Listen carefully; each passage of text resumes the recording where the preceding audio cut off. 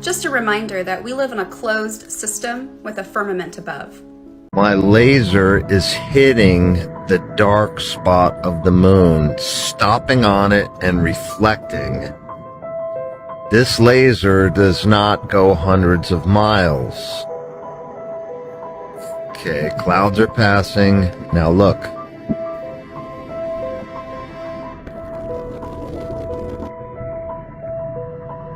Neil Armstrong did not go to the moon because we live under a dome. It's literally in their own book. Genesis 1 verse 6 through 8. Then God said, let there be an expanse between the waters, and let there be a division between the waters and the waters. A division between the waters and the waters. Then God went on to make the expanse and divided the waters beneath the expanse from the waters above the expanse. Again, waters below, waters above. The sun and the moon is inside. Above the firmament you have the ocean of heavens, and above that is the heaven of heavens. And there are multiple heavens above the heaven of heavens. The moon landers was fake, because they depict the moon to be out in space. But clearly the sun and moon is inside the firmament. Satellites are definitely not in space, because there's a firmament. And rockets can't go outer space. They just be trying to break the firmament. And also many other cultures believe in a dome earth. So why is it that NASA wants to be the oddball? Literally the oddball. NASA goes against their own Bible. Okay, my husband did the worst thing to me Sunday. He dropped a bombshell on me moments away from actually going into church, into service, moments away. He was like, hey babe, do you know that there's a firmament? I was like, what the heck is a firmament? Never heard of it before. He was like, it's in the Bible. It's, instead of the earth being round, it's flat. And I was like, what are you talking about? He's like, yeah, you need to look it up. So of course I'm a Google fanatic. If I see something, I am going to want to either prove it right, prove it wrong, or prove it if it's even a fact or not. So I'm trying my darndest to pay attention to the pastor. Because all I want to do is I want to look this up. It's been digging at me. Granted, I still have kids, so I haven't had time to fully dig into it. But so far I learned that the firmament, it is what divides the upper waters with the lower waters. So it's pretty much like if you Google it, it says it's the heavens or the sky. So it is the sky. So the earth is apparently flat. Then it's a dome. And within that dome is the firmament. And above that dome is water. Yeah, no idea. So I want to know what y'all think about the firmament, because I'm still trying to figure it out. And there is verses in the Bible talking about it. But how real is it? What do you think? If you think of firmament, do you think that it is Bible related, or do you just believe that the world is flat? I need help because I don't know where to begin. This is what I think the earth looks like when I say it's flat. A flat surface with a dome above us. This was also shown in SpongeBob predictive programming. Sandy Cheeks is the only mammal. She lives under a dome with the tree of life. Also, planes have to correspond with the earth plane, therefore flying straight and corresponding with the ground, which is flat. The clouds also correspond with the ground, which is flat. You ever got on an airplane and you rode above the clouds and the clouds was flat? Yeah, the clouds are corresponding with the earth plane. Also, not to mention when Kong threw this stick at the dome. So we live on flat land with a dome above us. Flat land, dome above. Oh, and also there's water outside of the firmament. Flat land, dome above us. Outside of the dome is the ocean of heaven. Above that is the heaven of heavens. Stars are water. This is for you Project Bluebeam people. You know, the ones that think that the government is like shining lights in the sky, or they're shining fake aliens in the sky or whatever. Here's my question for you. If that's what's going on, stick with me here, okay? What is it bouncing off of? If they're shining something in the sky, right? It has to bounce off of something for us to be able to see it. Like, lights don't just flash off of nothingness, right? If it's going into space and there's nothing to flash it off of, what the heck is it flashing off of? How are we seeing this stuff? Like, how are we seeing these holograms? But there must be a firmament there. And that just makes me realize what the we are. We are the world's biggest snow globe, aren't we? That's exactly what we are. Think about those snow dogs that you see, or sun dogs. Think about those sun dogs that you see. Or like the circles around the sun, and it shines in these big circles. What is it shining off of? It looks like it's shining off of a snow globe, y'all. We are the biggest snow globe that ever existed. I swear to God. Family, look at this. Look at this. You won't believe this. I was reading the book of Enoch, and this part below the heavens and beneath the earth, I didn't understand it. So I thought, let me read further. Then I stumbled upon this part, and family, look at this. Then I stumbled upon this part, this name, Sheol. And I went to Google to see what Sheol is. Look at this, family. Look, Sheol. Google Sheol. It's in the book of Enoch. Google. Look at it. Sheol. You see the firmament? Look at the firmament. And over here the portals. Guys, look. It's also mentioned in the ancient Israelite cosmology. Look. And look, man, very easy to explain and understand. Watch this. This is the new standard map of the world. This is Gleason's map, patented in 1892. So look, you're talking about circumnavigation.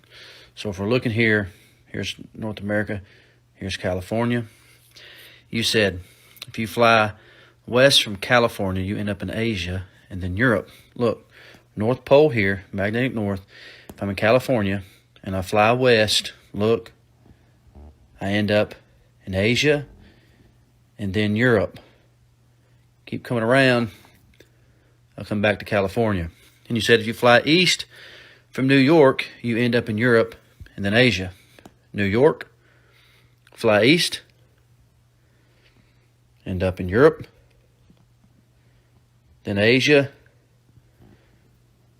come back to New York.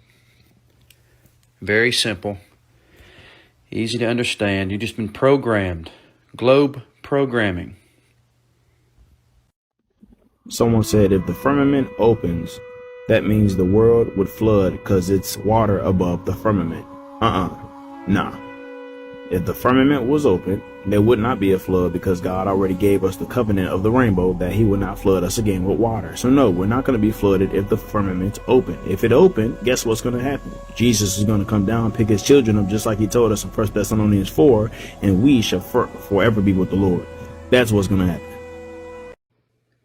Hey guys, here's a couple of my flat earth maps. It's so interesting to study about Antarctica because they have this Antarctica treaty in the 50s.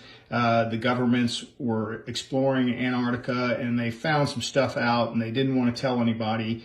Operation Fishbowl. There's a lot of stuff if you'll research it. But Antarctica is actually not a continent. It's actually a 360-degree ice wall that goes around the geocentric flat Earth. It holds the seas in. And anywhere you try to go to the Antarctica, like the closest place over here, they do have tours and they allow some people to go there. And it's kind of close. But if you'll notice, everywhere else on the ice wall, it's so far away. Like, there's the size of the United States. Well, look how many, it's like 2 to 3 United States just to get to the edge. So that's why no one goes to it. That's why it's such a secret. And that's why people can be fooled. Seeing the moon and sun at the same time.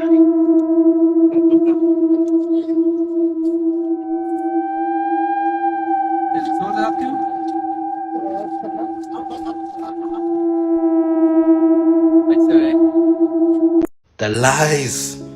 The lies. You guys are getting desperate.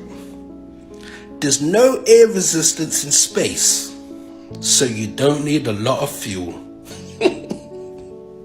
So you're trying to tell me they can get to the moon on half a tank? Listen, the average plane can travel 9,000 miles before it needs to refuel.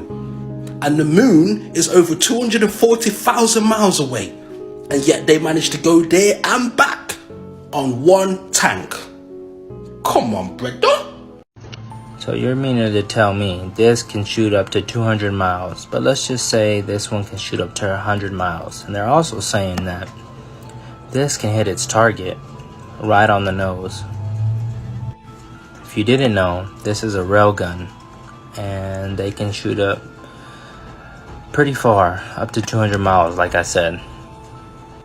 And get this, very, very accurate as well.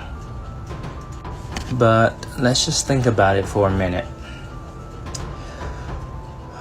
100 miles, the earth curves 8 inches per mile squared. Oh man. And it doesn't have to take curvature into effect. That's pretty weird. To put it in perspective, so 100 miles, let's just say it can shoot up to 100 miles, like I said. So with that, 8 inches per mile squared, so there would be about 6,668 feet of curvature that it's missing. That's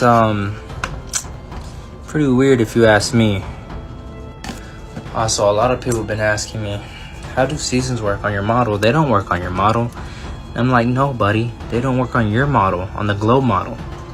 But anyways, I'm gonna show you how they work on the flat earth model. So when the sun is on its inner rotation closest to the North Pole over the Tropic of Cancer, that's when we can have summer here in America and winter in Australia. And when the sun is on its outer rotation closest to Antarctica over the Tropic of Capricorn, that's when they can see summer in Australia and winter here in America. It's not that hard to understand. Anyways, please like this video, share it with somebody, and yeah, if you're not already following me, please follow me. I'm trying to hit 1,000 followers so I can go live, and yeah, spread the truth. But anyways, y'all share it. The only way it's gonna get out are you guys sharing it, so it'd mean a lot if you did. And yeah, you have a good day, good night, wherever you are in the world, and peace. See y'all tomorrow.